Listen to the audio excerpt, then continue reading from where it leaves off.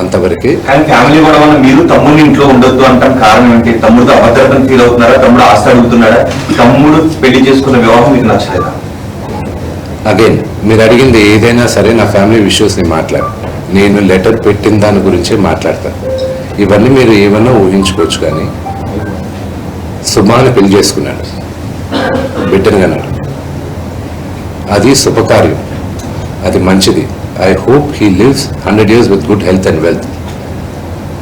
ఆయనకు అలాగ feel అవుతున్నారంటే that is something I don't want to say anything about it. But నాన్నగారికి ఆయన ఇంటికి ఏ తండ్రికైనా ఆయన సంపాదనకి ఆయనకే హక్కు ఉంటుంది. మా నాన్న ఆయన ఆస్తులన్నీ ఆయన కష్టార్జిత. మా నాన్న ఈ రోజుకి గర్వంగా చెప్పుకుంటారు. నాకు 2 చొక్కాలు ఉన్నాయి. ఆ చొక్కాలు నేను గంజి పెట్టుకొని నేను అరేంజ్ చేసుకున్నాను. ఎందుకంటే డ్రెస్ అన్న డ్రెస్, ఒక వ్యక్తితో ఎలా మాట్లాడతావు ఆ డ్రెస్, నువ్వు వేసుకున్న బట్టలు, డ్రెస్, ఈ 2 గొప్పగా ఉండాలని. ఆయన తినడానికి, బ్రేక్ఫాస్ట్ తినడానికి డబ్బులు లేని రోజులు ఉన్నాయి ఆయనకి.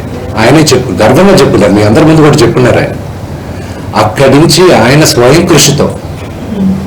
స్వయం కృషితో ఈరోజు ఆయన కానీ లేకపోతే మా అందరికీ మొదటి గుర్తింపు లేదు. మీరందరూ కూడా మాకు గౌరవం ఇచ్చేది కూడా మోహన్ బాబు గారి పిల్లలనే.